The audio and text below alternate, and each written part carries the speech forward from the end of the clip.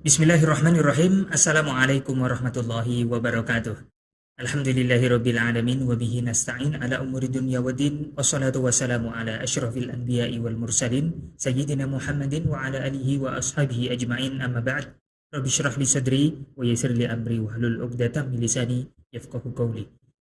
Baik para jemaah sekalian, alhamdulillah pada kesempatan kali ini kita ketemu lagi dalam kajian tauhid atau ilmu akidah, dan insya Allah kita akan kembali membahas syarah matan Aqidatul Awam di bait yang ketujuh masih, yaitu Waqaimun Ghani dan perkataan ulama yang mensyarah tentang itu. Insya Allah kita akan bahas kupas tuntas tambahan para ulamanya bersama guru kita Al-Ustadz Muhammad Ajib LCMA. Assalamualaikum Ustadz Ajib. Waalaikumsalam warahmatullahi wabarakatuh. Kabar baik dan sehat Ustadz? Alhamdulillah baik, siap. Alhamdulillah. Kemarin biru-biru, hitam-hitam, sekarang putih hijau. Alhamdulillah. Seger. Ini warna kesukaan Rasulullah, Masya Allah. hijau dan putih. Alhamdulillah. Semoga juga kita mempelajarinya sesuai dengan tontonan Rasulullah. Amin amin ya Allah. Oke Ustadz, Ya. pertemuan kali ini kajian tauhidnya kita akan tambah lagi qaul ulama siapa Ya. saja insya Allah. Nanti kita akan bacakan ibarah dari pengarang kitab Aqidatul Awam, yaitu Al-Imam Ahmad Al-Marzuki. Ternyata beliau punya syarah terhadap Aqidatul Awam. Jadi beliau menulis matannya dan beliau juga yang mensyarah, ada namanya. Lalu satu lagi nanti ulama mutaakhirin, yaitu Syekh Muhammad bin Alawi Al-Maliki, mufti di Mekah dulunya, ya. Terkenal lah beliau, ya. Ya insya Allah, tidak sabar lagi nanti seperti Ya. apa sih Siap. penulis matannya kok mensyarah juga. Nah, betul. Ya. Baik, kita langsung mulai aja ya. Ya, Ustaz. semoga silakan. Assalamualaikum warahmatullahi wabarakatuh. Bismillahirrahmanirrahim. Alhamdulillahil qadimil awal bila bidayah, al-akhiril baqi bila nihayah. Al-munazzahi anil jihati waz zamani wal makani wal jismiyah. Allahumma salli wa sallim wa barik ala sayyidina Muhammad wa ala alihi wa ashabihi wa man ihtada bihadihi ila yaumil qiyamah, amma ba'du. Subhanaka la ilma lana illa ma 'allamtana innaka antal alimul hakim. Allahumma anfa'na bima 'allamtana wa 'allimna ma yanfa'una wa zidna ilman nafi'a bi rahmatika ya arhamar rahimin. Amin. Baik para pemirsa yang dirahmati Allah Subhanahu wa taala, hari ini kita akan melanjutkan kembali ya pembacaan ibarah dari para ulama kita terkait pembahasan Allah Subhanahu wa taala Maha ada tanpa tempat. Allah Subhanahu wa taala Maha ada tanpa tempat dan tanpa arah. Dan hari ini ada dua ulama yang akan kita bacakan ya. Semoga Allah Subhanahu wa taala memberikan kemudahan, keberkahan kepada kita semua, dan semoga Allah Subhanahu wa taala senantiasa menambahkan kepada kita semua ilmu yang bermanfaat, ilmu yang barokah fid dunya wal akhirah. Amin ya rabbal alamin. Baik jamaah yang dimuliakan Allah Subhanahu wa taala, langsung saja ya kita masuk ke pembacaan ibarahnya. Ustaz, siap. Yang pertama dari Al-Imam Ahmad Al-Marzuki. Ya, dibaca dulu mukadimahnya, silakan. Al-Imam As-Sayyid Ahmad Al-Marzuki Al-Maliki Al-Ash'ari rahimahullahu ta'ala, yang wafat tahun 1281 Hijriah, telah berkata di dalam kitabnya Tahsilul Maram bi Bayanil Manzumati Aqidatil Awam. Oke, baik. Nah, jamaah yang dimuliakan Allah Subhanahu wa taala, siapa Imam Ahmad Al-Marzuki ini? Kita sudah kenal sebetulnya karena beliau ini adalah seorang ulama pengarang kitab Aqidatul Awam. Penulis pengarang kitab Aqidatul Awam yang ternyata beliau ini punya syarah terhadap kitab tersebut. Jadi beliau yang menulis kitab matannya, matan Aqidatul Awam, ada sekitar 57 bait ya, 57 atau 58 bait itu. Nah, beliau juga ternyata mensyarahnya. Nah, kalau beliau yang mensyarah sendiri, nah, itu sesuai dengan kaidah, ada ungkapan Sohibul bait adrobihi. Masya Allah. Jadi orang yang pemiliknya itu lebih tahu terhadap apa yang dia miliki. Jadi syarah beliau ini luar biasa lah. Karena beliau yang punya matan dan beliau mensyarah dengan maksud apa yang beliau inginkan ya, gitu ya. Ya meskipun ada ulama lain juga yang ikut mensarah ya banyak ya. Tapi kaidah Sohibul Bait Ad-Drobih itu mantap ya. Kita pengen tahu seperti apa Imam Ahmad Al-Marzuki mensarahnya. Kemudian jamaah, nama beliau ini ya, nasabnya adalah Al-Imam As-Sayyid Asy-Syarif Abul Fauz. Ini kunyahnya Abul Fauz Ahmad bin Muhammad bin As-Sayyid Ramadan Al-Marzuki Al-Maliki rahimahullah ta'ala.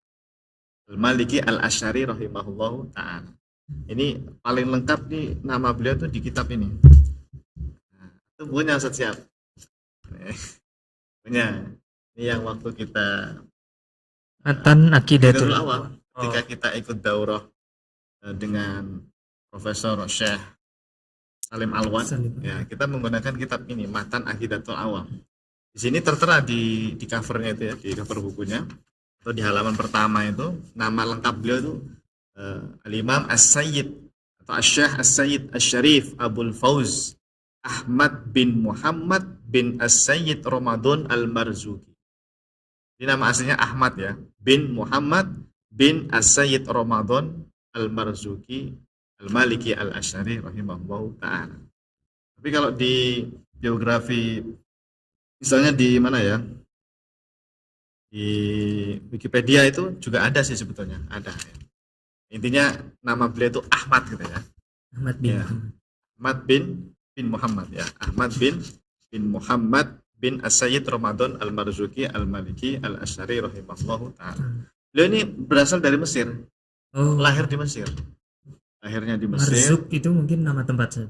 Bukan, Marzuk itu nama kakek beliau. Oh, Jadi nasab beliau ini ketemunya nanti Al-Hasan bin Ali bin Abi Thalib. Jadi beliau ini Habib. Ya, makanya kan Al-Imam As-Sayyid Asy-Syarif. Karena keturunannya Rasulullah Shallallahu alaihi wasallam. Nah, salah satu kakek beliau itu yang keberapa itu namanya Marzuki. Jadi beliau dinisbatkan kepada Al-Marzuki. Kalau aslinya dari daerah di Mesir, namanya apa ya, lupa saya. Apa tadi, Simbat gitu ya. Nah, nama desanya, kelahirannya. Intinya di Mesir ya, beliau berasal dari Mesir. Baik, cukup ya perkenalannya ya. Al-Imam As-Sayyid Ahmad Al-Marzuki Al-Maliki Al-Asy'ari rahimahullahu ta'ala. Oh iya, beliau ini punya murid terkenal namanya Ahmad Zaini Dahlan. seperti tidak asing. Syekhus Syafi'iyah di Mekah. Mufti Mekah. Ya, As-Sayyid Ahmad Zaini Dahlan. Yang mana beliau itu adalah gurunya Syekh Nawawi Al-Bantani. Jadi Syekh Nawawi Al-Bantani dengan pengarang Aqidatul Awam itu cucu murid ya berarti ya. Karena beliau tadi Al-Imam Ahmad Al-Marzuki punya murid Ahmad Zaini Dahlan. Nah, Syekh Zaini Dahlan ini punya murid Syekh Nawawi Al-Bantani. Nah, jadi sanadnya nyambung itu. Kalau kita baca syarahnya Syekh Nawawi. Syekh Nawawi kan juga mensarah Aqidatul Awam. Namanya Nurul Dholam Syarah Manzumah Aqidatul Awam. Kita baca ya syarah beliau ini. Tapi ini ibarah yang berkaitan dengan tentang kisah Isra Mi'raj sebetulnya. Tentang kisah Isra Mi'raj. Kan ada bait nanti di bait keberapa itu beliau membahas juga tentang Isra Mi'raj. Nah, kebetulan ibarahnya itu, syarahnya beliau itu membahas tentang Allah ada tambah tempat. Allah ada tambah tempat ya. Kita baca ya.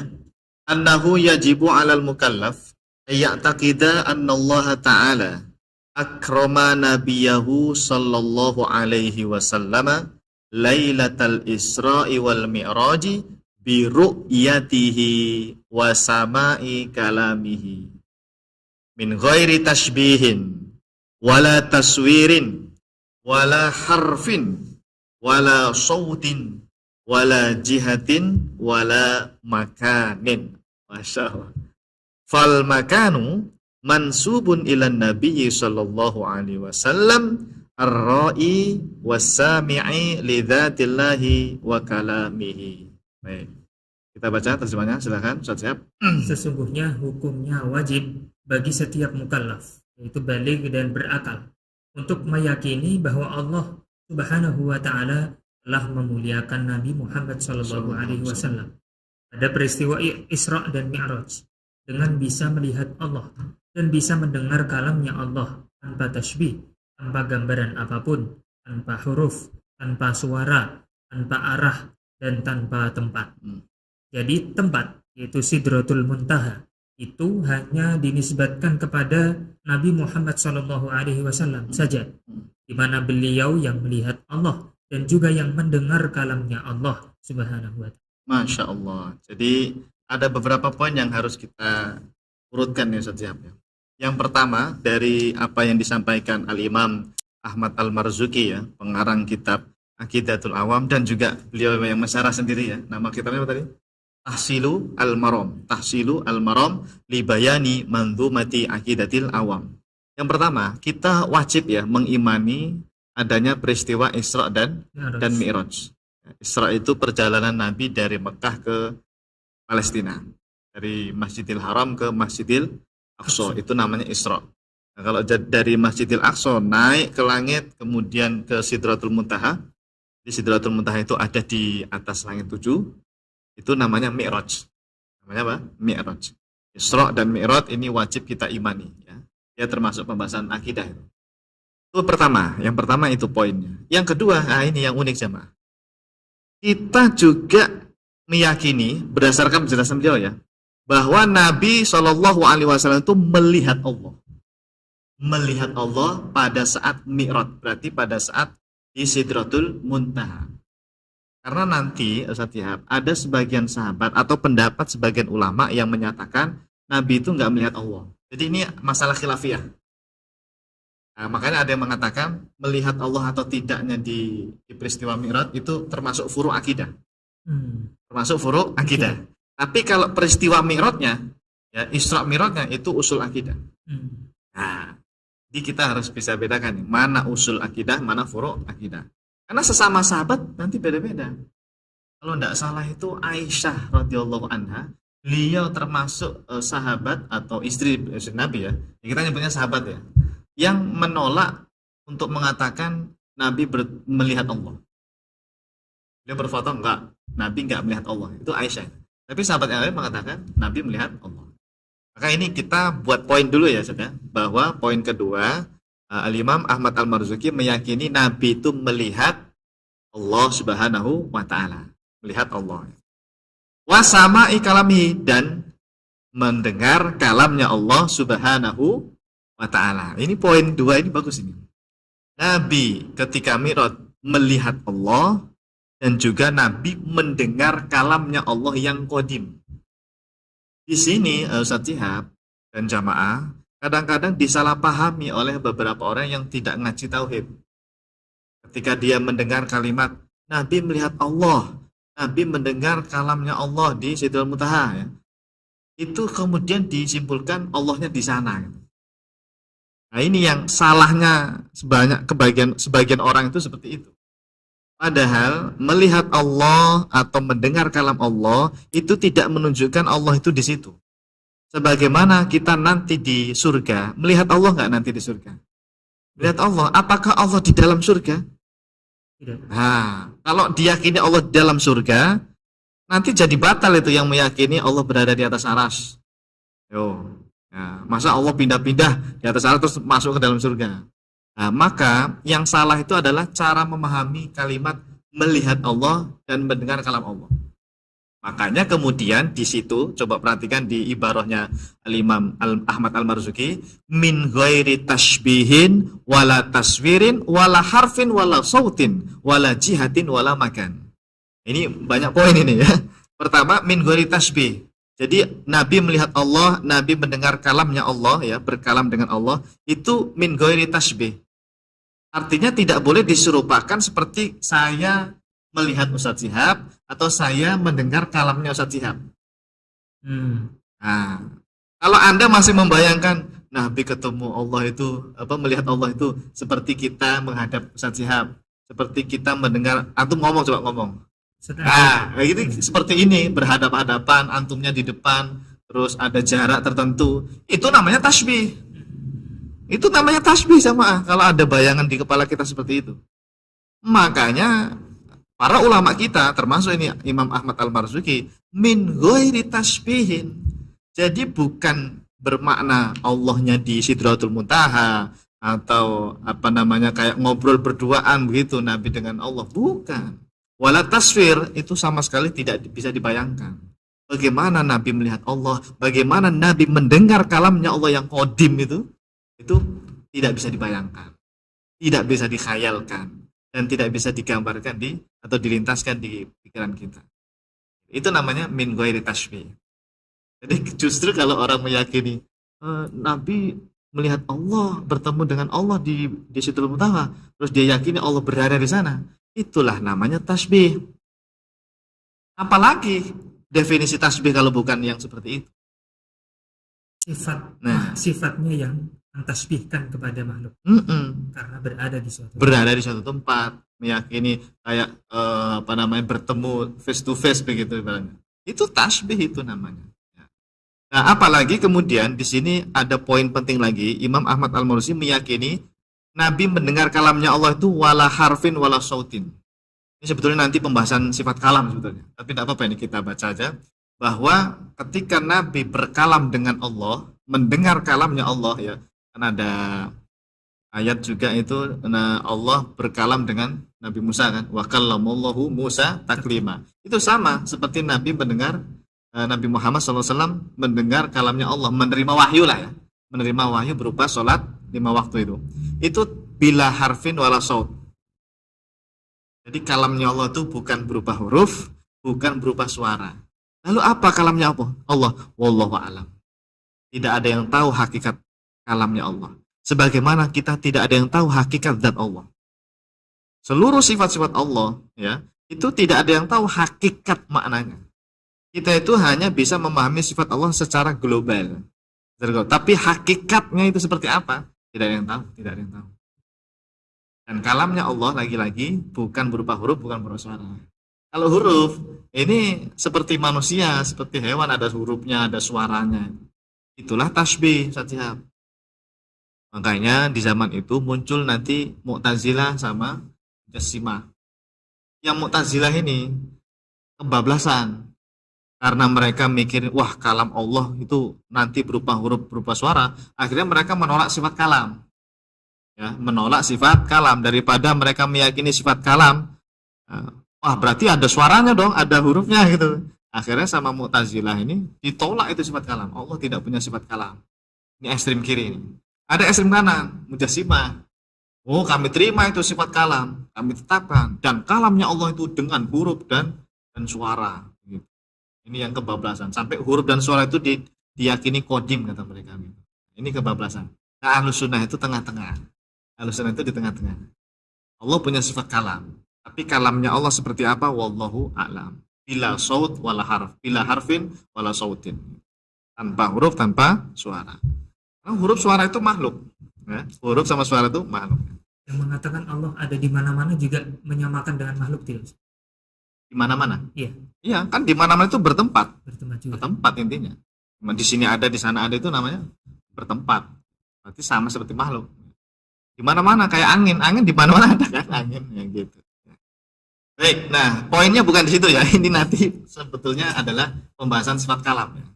Saya itu hanya ingin mengambil poin yang wala jihatin wala makan. Bahwa ketika Nabi di Sidratul Muntaha tadi ya. Di Sidratul Muntaha. Sidratul Muntaha itu bukan di atas aras, Pak. Ya, tolong dicatat, Sidratul Muntaha itu belum nyampe aras. Ya wallahu alam di mana, tapi dia belum nyampe aras karena aras ini makhluk terbesar dan paling atas itu aras. Nah, di Sidratul Muntaha ketika Nabi mendengar kalamnya Allah, dapat perintah wahyu salat 5 waktu dan melihat Allah itu wala jihah wala makan, tanpa arah, tanpa tempat. Artinya melihat Allah itu bukan Allah yang di sana gitu. Tidak meyakini Allah berada di Sidratul Muntaha atau di langit itu. Enggak. Lalu bagaimana itu melihat Allah? Itulah yang tidak bisa dijangkau oleh akal kita. Sebagaimana nanti kita di surga melihat Allah tanpa tempat, tanpa arah. Karena Allah itu bukan makhluk, Allah bukan benda. Allah bukan sesuatu yang berukuran yang harus berada di suatu tempat gitu. Terus dilihat itu bukan. Itu makhluk yang kita lihat seperti itu. Kalau Allah itu laisa kamitslihi syai', dan tidak ada yang tahu hakikat bagaimana kita melihat Allah. Ya, jadi Imam Nawawi itu pernah mengomentari hadis yang ini, hadis tentang apa? Kita nanti di surga melihat Allah seperti kalian melihat bulan itu kan? Ada sabda Nabi begitu kan? Gimana tuh hadisnya? Innakum satarawna rabbakum kama tarawna al-qamar gitu kan. La tudammuna gitu. Kalian tidak berdesak-desakan melihat Allah itu nanti di surga. Seperti melihat bulan terang gitu. Jelas. Nah itu kata Imam Nawawi, kita melihat Allah itu tanpa tempat, tanpa arah, tanpa bentuk, tanpa rupa. Lalu apa itu melihat? Quwwatun yaj'aluhallahu fi ru'yatil insan. Itu sebuah kekuatan yang di luar nalar yang Allah ciptakan di dalam mata kita itu untuk bisa melihat zat Allah yang Maha Suci. Quwwatun yaj'aluhallahu ala khalqihi, atau apa bahasa beliau di syarah Sahih Muslim itu. Baca itu. Dulu saya mengira melihat Allah itu ya Allahnya di dalam surga di depan kita bareng-bareng gitu kan. Ya. Tapi setelah membaca syarah Imam Nawawi itu, Allahu Akbar. Ternyata tidak seperti itu melihat Allah. Ya, banyak orang salah paham melihat Allah, dikiranya Allah di dalam surga di depan kita bareng-bareng nonton itu. Bukan itu ternyata. Tidak ada yang tahu hakikat bagaimana melihat Allahnya. Nah, maka wala jihatin wala maka melihat Allah. Nabi melihat Allah ya jamaah ya. Kita catat ya. Nabi melihat Allah di Sidratul Muntaha, tapi tanpa tempat, tanpa arah. Bukan Allahnya berada di suatu tempat atau di suatu arah. Fal makanu mansubun ilan nabiyyi sallallahu alaihi wasallam. Ya, nah, namanya tempat, yaitu Sidratul Muntaha itu kan tempat kan, makhluk. Itu dinisbatkan kepada Nabi sebagai ar-ra'i yang melihat Allah, wasami dan yang mendengar kalamnya Allah Subhanahu wa taala gitu. Nah, ini penjelasan ini penting sekali karena begini Ustaz Siap. Saya sering kali kalau menyampaikan Allah ada tanpa tempat, terus kajian itu kan ada sesi tanya jawab. Ada sesi tanya jawab. Apa yang sering ditanyakan jamaah? Ternyata Pak Ustadz Ajib, tadi kita sudah belajar Allah ada tanpa tempat dan disebutkan dalil dan semua pendapat ulama. Itu sudah saya sampaikan semua itu, pendapat ulama sama dalil itu. Tapi masih aja nggak puas dia. Dia bilang apa? Lalu bagaimana Pak Ustadz dengan peristiwa Isra Mi'raj? Wah, itu sering saya nemu kalimat itu. Pertanyaan itu sering kali. Kan Nabi naik ke Sidratul Muntaha di atas langit ketujuh sana Pak Ustadz. Dan Nabi bertemu Allah Pak Ustadz. Nabi melihat Allah dan mendengar atau berkalam dengan Allah, itu bahasa mereka itu. Berkalam dengan Allah. Berarti Allah di sana gitu mereka gitu. Nah, ini susahnya hadapin yang tidak belajar tauhid dengan penjelasan ulama itu, akhirnya dia mikir yang sampai seperti itu. Dia pahami Mi'raj itu seperti itu. Allah berada di sana, di Sidratul Muntaha. Padahal tidak seperti itu jamaah. Ini loh rujukan kita ini. Pengarang kitab Aqidatul Awam dan beliau sendiri yang mensyarahnya ya. Tahsilu Al-Maram ini. Tahsilu Al-Maram ya. Kata beliau, melihat Allah, Nabi melihat Allah, Nabi mendengar kalamnya Allah, itu bila harfin, wala sautin, wala jihatin, wala makanan. Nah, jadi intinya, kesimpulannya, coba dibaca dulu. Ada keterangan di atas sangat jelas sekali bahwa Al-Imam As-Sayyid Ahmad Al-Marzuki Al-Maliki Al-Ash'ari rahimahullahu ta'ala secara tegas meyakini bahwa Allah Subhanahu wa taala Maha ada tanpa tempat dan Maha ada tanpa arah. Nah, beliau meyakini Allah Maha ada tanpa tempat dan Maha ada tanpa arah. Karena tempat dan arah itu dinisbatkan kepada makhluk ya. Walaupun Allah itu bukan makhluk, bukan jisim, bukan benda, bukan apapun ya. Tidak ada yang tahu hakikat Allah Subhanahu wa taala. Oke. Antum kalau ditanya seperti itu jawabnya gimana? Sebelum tahu penjelasan Isra Mi'raj. Iya. Karena memang itu sulit dipahami oleh orang awam. Jadi logikanya begini saja. Kenapa harus disuruh ke atas? Padahal Nabi Musa pun langsung. Kenapa Nabi harus ke atas dulu? Nah, kenapa tidak seperti Nabi Musa saja? Ya justru itu nanti membantah akidah Wahabi. Kalau memang diyakini Allah di atas arasnya, kenapa kok Allah mau turun ke Tur Sina gitu loh? Gitu, ya kan? Logikanya begitu. Artinya Allah berkalam dengan Nabi Musa di Bukit Tur Sina, Allah berkalam dengan Nabi Muhammad di Sidratul Muntaha, itu tidak menunjukkan Allah itu berada di suatu tempat. Dan juga bukan di mana-mana. Dan juga bukan di mana-mana. Karena kalau di mana-mana itu namanya akidah hulul itu. menyatu dengan makhluk di mana-mana ada. Terus yang kedua, kenapa? Ini pertanyaan bagus tadi. Kenapa kok Nabi ke sana ya? Ayatnya jelas, linuriyahu min ayatina.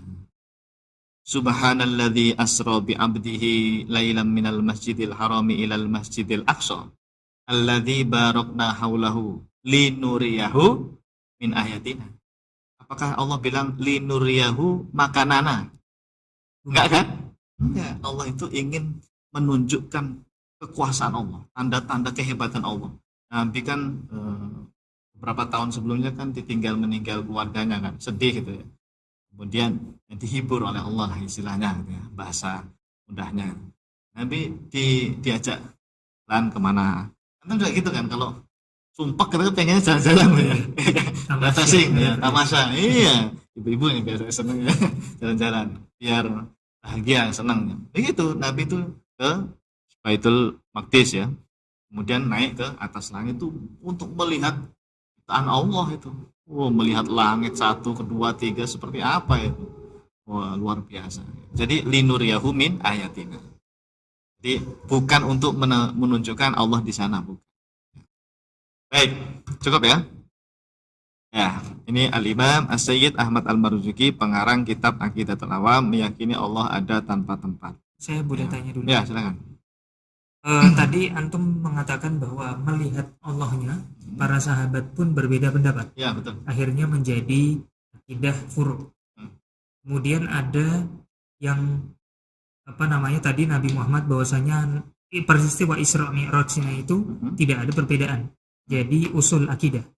Nah, apa kemudian yang bisa kita mendefinisikan sesuatu itu furu' dan usul? Dan baik, kenapa bagus, kok harus ada usul dan furu'? Bagus. Kenapa ada usul dan furu'? Bagaimana untuk membedakan ini usul dan furu' gitu kira-kira ya? Kalau usul akidah itu dalilnya jelas, baik dari Al-Quran maupun dalam hadis. Peristiwa Isra dan Mi'rajnya Nabi ada dalam Al-Quran. Ada kan? Ya tadi surat Al-Isra, juz berapa itu? Juz 15.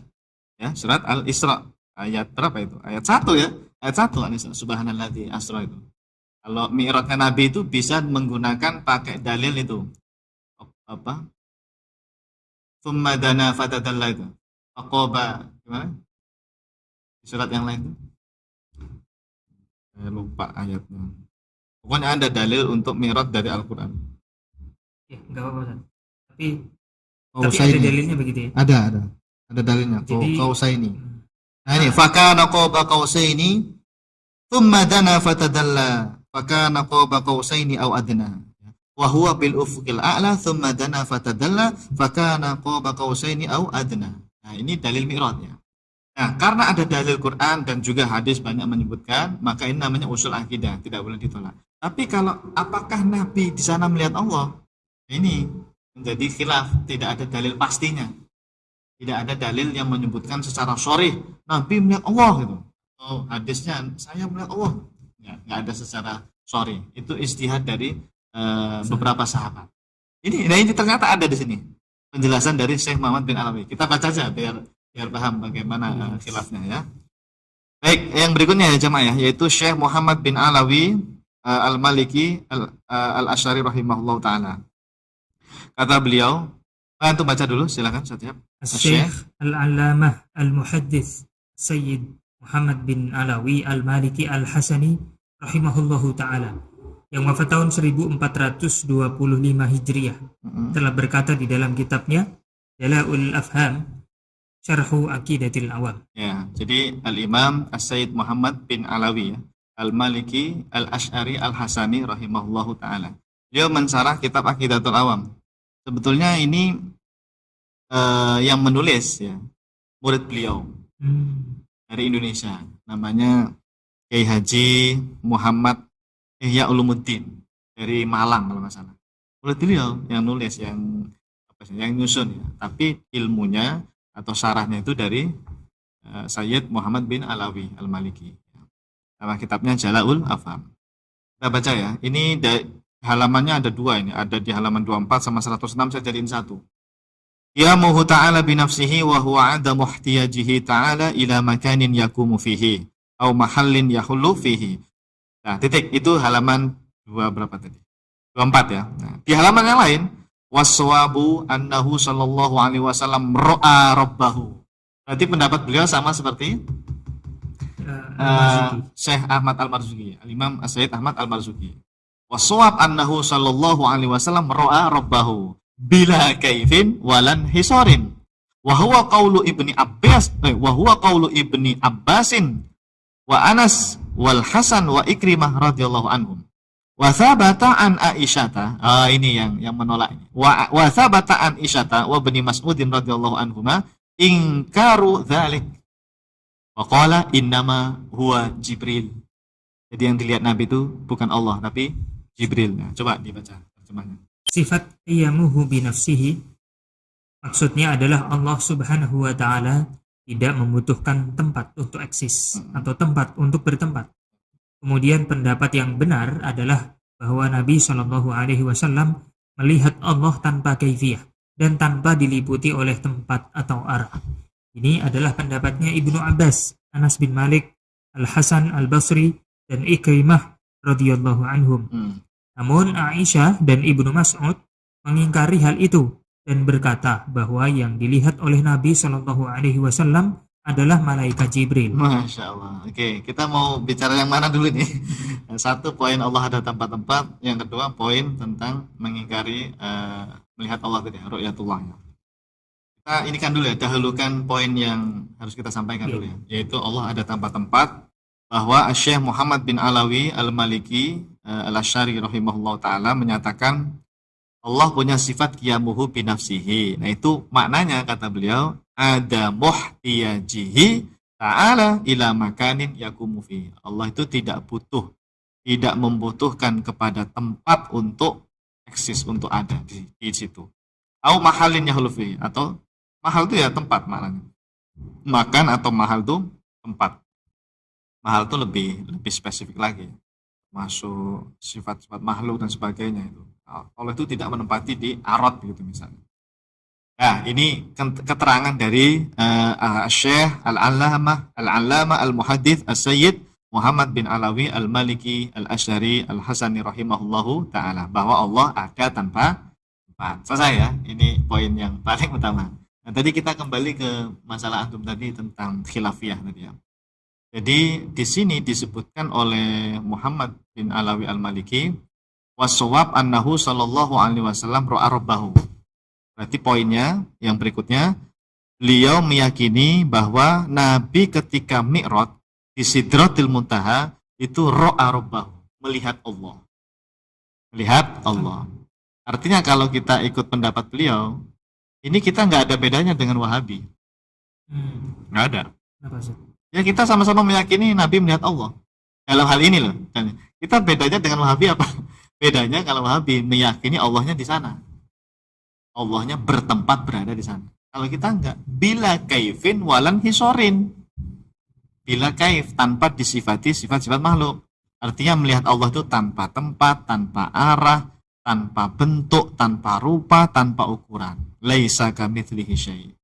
Tadi tidak bisa dibayangkan. Nah, bedanya gitu di situ. Sebenarnya sama kita dengan saudara-saudara kita yang Wahabi. Mereka juga meyakini ketika Mi'raj itu Nabi bertemu dengan Allah, melihat Allah gitu ya. Hanya saja ketika ungkapan bertemu dengan Allah, melihat Allah itu dalam pandangan mereka itu Allahnya di sana. Allah berada di sana. Itu yang Ahlus Sunnah tidak memahami seperti itu ya. Kalau kita Ahlus Sunnah bila kaifin. Kaif itu sifat-sifat makhluk ya maknanya. Tanpa tempat, tanpa rupa, tanpa bentuk, tanpa ukuran ya. Walan hisorin sama, tanpa tempat, tanpa diliputi tempat atau arah. Jadi bukan Allahnya di tempat apa tadi Sidratul Muntaha. Itu kalau kayak gitu berarti Allah diliputi apa? Di atasnya apa? Aras kan misalnya gitu. Itu namanya munhasir. Inhisor munhasir, enggak boleh ya.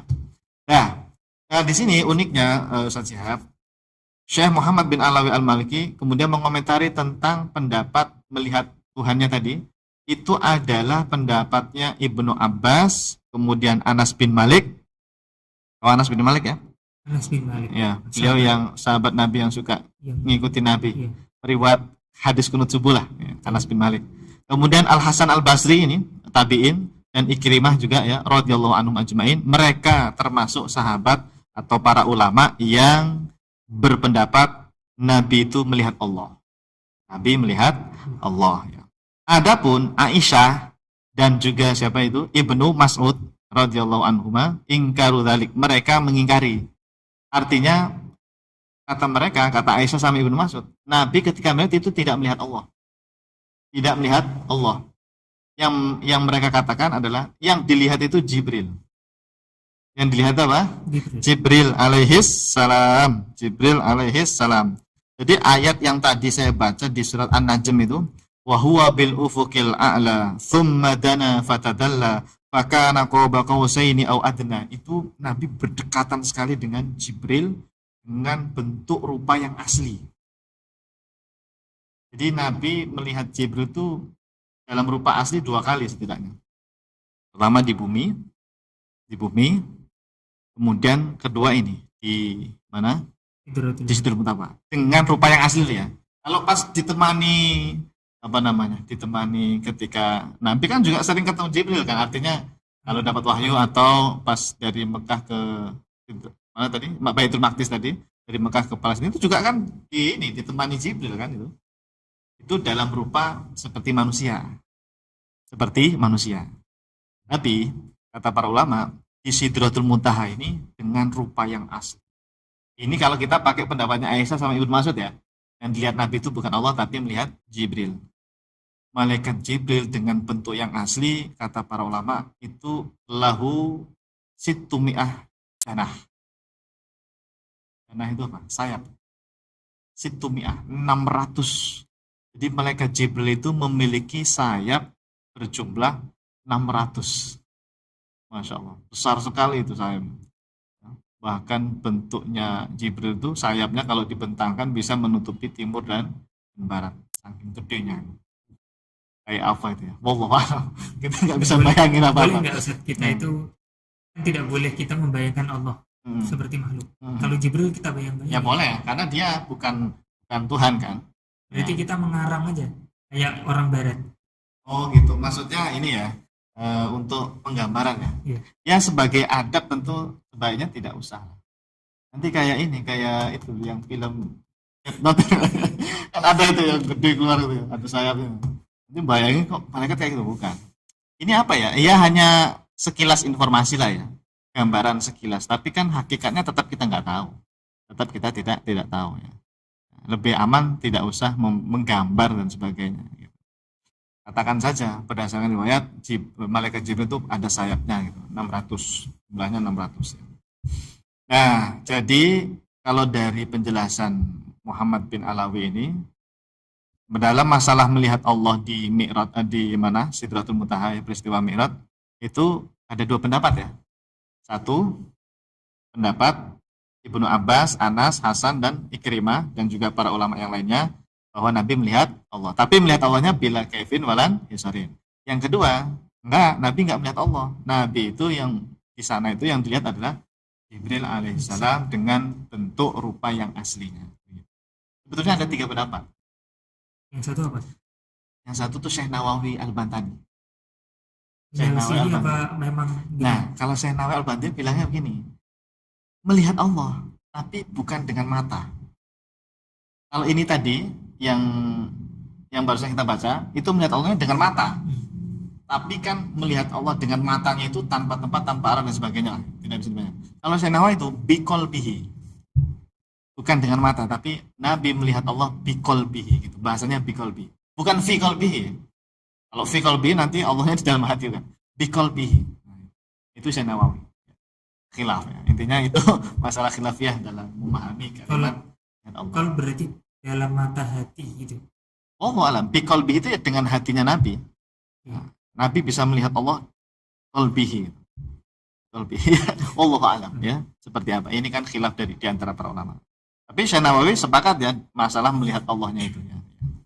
Baik, jadi intinya ada 3 sih kalau mau disebut ya. Ada 3 pendapat. Yang pertama melihat Allah bi aidihi tadi ya, bi ainihi. Yang kedua melihat Allah bi qalbihi, Syekh Nawawi. Atau yang ketiga bukan melihat Allah, tidak melihat Allah. Yang dilihat adalah Jibril alaihis salam. Dah. Simpulan saja. Ada keterangan di atas sangat jelas sekali bahwa Asy-Syaikh Al-Allamah Al-Muhaddits Sayyid Muhammad bin Alawi Al-Maliki Al-Hasani rahimahullahu taala secara tegas meyakini bahwa Allah Subhanahu wa taala Maha ada tanpa tempat dan Maha ada tanpa arah. Oke. Maha ada tanpa tempat dan Maha ada tanpa arah. Bila kaifin wala inhisarin. Ya, itu harus dipegang terus itu jamaah ya. Nah, ya susahnya kita itu menjelaskan ke orang awam yang ngeyel dan dia belum pernah mendalami ilmu tauhid itu. Gimana itu? Ya namanya melihat Allah, bertemu dengan Allah, ya Allah di sana gitu kan. Susah ngomong kalau orang kayak gitu susah nih. Tapi kalau kita orang yang ngerti, kita baca kitab, melihat Allah itu tidak seperti kita melihat makhluk yang berlaku jarak, tempat, waktu, tempat gitu, arah enggak. Bila kaif, walan hisar. Gus Baha juga gitu neranginnya di YouTube itu. Pokoknya ya delok Allah, melihat Allah. Bila kaif, ulama itu untuk menjaga orang awam biar enggak membayangkan apa-apa, ditutup dengan bila kaifin walan hisarin gitu. Ya, memang begitu. Ya, memahaminya seperti itu. Ru'yatullah itu bila kaifin walan hisarin. Betul-betul mutlak berbeda dengan apa yang kita bayangkan, apa yang kita lihat selama ini. Enggak sama ya. Mekanismenya tidak sama. Baik, wallahu a'lam bishawab. Ada lagi mungkin Ustaz? Ya, silakan. Diskusi kita yang tadi Ya. tentang furu' akidah, usul akidah itu bagaimana di dalam Islam itu menjelaskan kenapa bisa seperti itu dan bagaimana cirinya. Saya sempat mengumpulkan waktu itu tema-tema yang wajib diimani. Artinya kalau wajib diimani, ini tidak ada khilaf. Tidak ada khilaf, artinya dia usul akidah. Itu ada poin-poinnya, sudah saya buatkan. Untuk yang seperti itu ya kita harus meneliti dengan ibarat ulama. Biasanya wajibu ala mukallaf, wajibu ala ayat takidah begitu. Bahasanya begitu. Tapi kalau yang furu' akidah itu yang di situ ada banyak pendapat. Satu ulama bilang begini, satu ulama bilang begitu. Itu aja. Ya kayak tadi, kayak seperti tadi lah gitu. Itu kan harus kita teliti satu persatu dari pertama sampai akhir mana nih yang disepakati ulama, mana yang di situ khilaf. Sama kayak ini.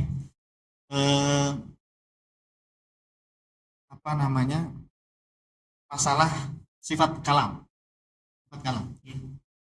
Sifat kalam itu diterima oleh Asy'ari Maturidi dan Asy'ari Hambali. Cuma kalau Asy'ari Maturidi menyatakan kalamnya Allah itu bukan huruf, bukan suara. Tapi kalau yang Asy'ari Hambali, kalamnya Allah itu bisautin wa harfin. Ya. Nah, sampai sini. Kalau meyakini sifat kalamnya Usul. Asy'ari Maturidi menerima Allah punya sifat kalam. Makanya sifat 20 ada sifat kalam kan, nomor 13 atau muqaddam kalimat. Asy'ari Hambali juga begitu. Menerima adanya sifat kalam. Cuma bedanya apa? Asy'ari Maturidi mengatakan kalamnya Allah itu bukan berupa huruf, bukan berupa suara. Bila harfin wala sautin. Sementara Asy'ari Hambali itu yang saya baca di kitab mereka itu disautin, tapi nggak pakai lafadz harf ya, karena menurut hadis-hadis yang sahih itu ada kalimat saut. Nah, Asy'ari Hambali itu menetapkan saut, tapi ini ada tapinya. Saut di sini, wallahu a'lam, ditafid sama ulama Asy'ari Hambali. Kami hanya menetapkan saut gitu aja. Maksudnya apa saut di sini? Wallahu a'lam, bukan suara, bukan apa-apa. Sama seperti kita bilang iyat gitu. Artinya apa? Wallahu a'lam gitu loh. Salahnya Wahabi ini, dompleng Imam Ahmad, mereka bilang, kami meyakini sifat kalamnya Allah itu dengan huruf, gitu, dengan suara.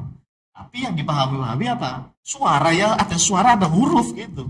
Padahal yang dimaksud Imam Ahmad dan ulama Hambali yang itu, saut di situ tuh wallahu a'lam, ditafwid sama mereka. Gitu. Jadi itu furu'. Kalau kita sama ini loh, kalau sama Asy'ari Hambali furu'. Ya, kalau kita sama Asy'ari Hambali furu'. Kenapa? Ya karena sama-sama meyakini sifat kalamnya ya kan. Terus bedanya apa? Di furu'nya, yaitu ini kalamnya Allah itu huruf atau bukan, saut, ada saut atau tidak. Kalau Hambali pakai saut kan. Tapi sautnya itu bukan bermakna suara, ditafwid. Kalau Wahabi saut ya suara. Nah, itu ada tasbihnya. Kalau udah tasbih itu bukan furu' lagi itu. Udah bukan furu' lagi. Berarti Kalau tafwid makna itu mm-mm. usul, Mm-mm. kemudian takwil itu adalah furu. Furu' bisa Begitu. seperti itu. Iya, betul. Bisa seperti itu ya. Tafwid makna itu usulnya, terus kalau ada takwil itu namanya furu'nya. Oke, baik. Wallahu a'lam. Sudah jelas lah. Baik. Cukup ya untuk Cukup, hari ini. insya Allah. Ya. Terima Itu kasih nanti Ustaz di Adi. sifat kalam itu ya. Masih lama. Lebih Insya detail Allah. lagi masih lama. Insya Allah. Nah, juga terima kasih para jemaah. Silakan kalau ada pertanyaan dituliskan dulu. Nanti insya Allah kita akan diskusikan di sesi berikutnya insya Allah. Insya Allah. Kita tutup sampai sini. Kita baca doa kafaratul majelis. Subhanakallahumma wa bihamdika asyhadu an la ilaha illa anta astaghfiruka wa atubu ilaik. Kami mohon undur diri sampai ketemu di pertemuan berikutnya. Wassalamualaikum warahmatullahi wabarakatuh. Waalaikumsalam. Salurkan infak terbaik Anda untuk Rumah Fikih Indonesia melalui Bank Syariah Indonesia dengan rekening 3353158410 dan juga Bank Muamalah dengan rekening 36006321. Keduanya merupakan rekening resmi Rumah Fikih Indonesia atas nama Aini Aryani. Atau bisa juga melalui scan barcode berikut ataupun langsung menuju ke rumahfikih.com/donasi.